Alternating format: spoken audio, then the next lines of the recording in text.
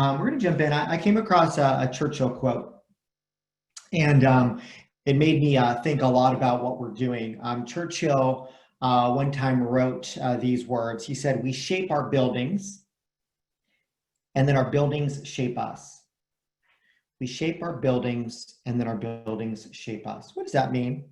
As you hear that, we've done some deep study of Churchill over the last probably a couple months. Alex, what does that mean to you? I liken it back to the Ben Kinney, the bucket and the water, right? So our thoughts are the water, but it's shaped by the bucket. So it's our parameters that we put in between, and we allow our thoughts to expand to those parameters. So if you are constantly looking at yourself as a failure, you're going to show up as a failure in your world. If you constantly look at yourself as a success and a growth opportunity, you're going to find in those failures ways to become better. I love that, Alex. Thank you for sharing. So we shape our buildings and our buildings shape us. Alex brought us back to Ben's bucket, right? What does that also tell you about environment? We shape our buildings and our buildings shape us. Who wants to share something about the word environment when they take that word and couple it with Churchill's statement? Joel? Hey, Chris. I mean, I think it's kind of like we create the world around us, and then we kind of become what is that world that we've created and put ourselves in. So if we create, really great and put great people around us, and I feel like that's what we end up becoming, and vice versa. Yeah. What I love about what you just said, Joel, is you use the word create, which is a verb, and it also denotes the fact that you can control that. Oftentimes we become products of the environment that we just allow around ourselves, or we find ourselves in, or circumstantially we're there instead of creating it or choosing. I heard a really great analogy this week that I wanted to share with you, and initially my reaction was I breathed in and I held my breath, right? Because they said, think about. And some of you may remember this as children. Some of you may remember this as parents. We have both spectrums of people on our call today. When you first learned to swim, how did you do it? Anyone remember? Some of us may have eased our way into learning how to swim, but other people not so much. Pam, how did you first learn to swim? I was actually thrown into the pool and they said sink or swim. So there it was.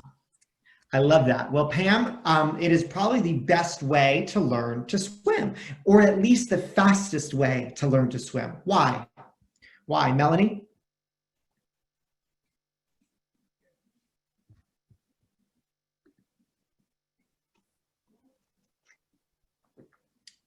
So the way that I learned how to swim is, hi. I was asked to wade in the water in one place. Okay. First, I think that it's best to be thrown in because you don't have a chance to think about it and your instincts kick in, and then you know instantly what to do. Well, I would agree with you. And here's why. When we're thrown into the water, it's not comfortable, is it? Honestly, as a parent, was it comfortable for you to throw your kid in if that's how you decided to teach your children how to swim? No, it's not comfortable for you and it's not comfortable for them. But let's think through that. What happens if no one threw us into the pool as a child? And we weren't in that uncomfortable situation to learn how to swim or force ourselves to swim. Well, gosh, we can find ourselves in a much more difficult situation later on in life, can't we? The problem, guys, is at some point in time in our life, we stop doing that to ourselves, or we stop allowing other people to throw us in the pool, right? We don't push ourselves into activity or force ourselves into uncomfortable situations. And we may, right? I love Melanie's perspective because she said, well, actually, they let me kind of wade in one place and figure it out. And I guarantee you, it took you a lot longer to learn to swim, Melanie, than it did Pam. because Pam got thrown in and she swam. You know, I'll share that I put my kids through swimming lessons because I think it's a critical right skill to learn, and we're around water a lot as a family, and my youngest daughter just was not learning how to swim until one day, no joke, in Costa Rica at our pool. I was tired of it, like not frustrated, tired, like I didn't do this out of frustration, but she needed to learn, and guess what I did?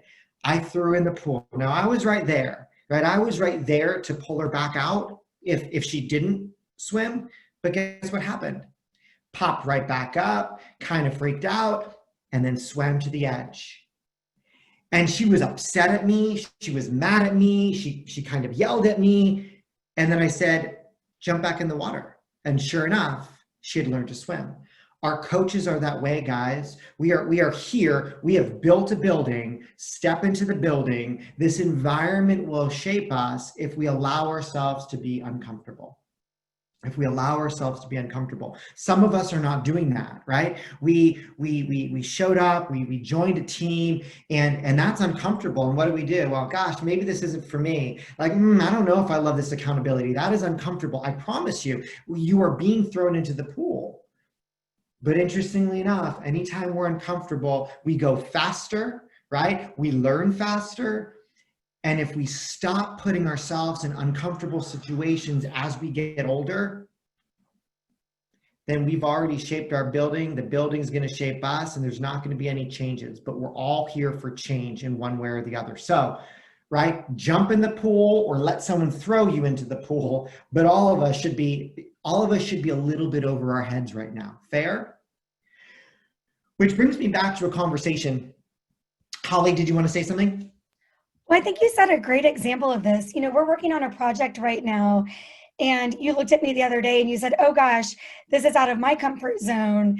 And you realized that you were growing in that moment. And I don't think we often look at Ben or you as people that are getting outside of your comfort zone because you are leaders, yet you're still doing that every day. And I think that's important for everyone to hear.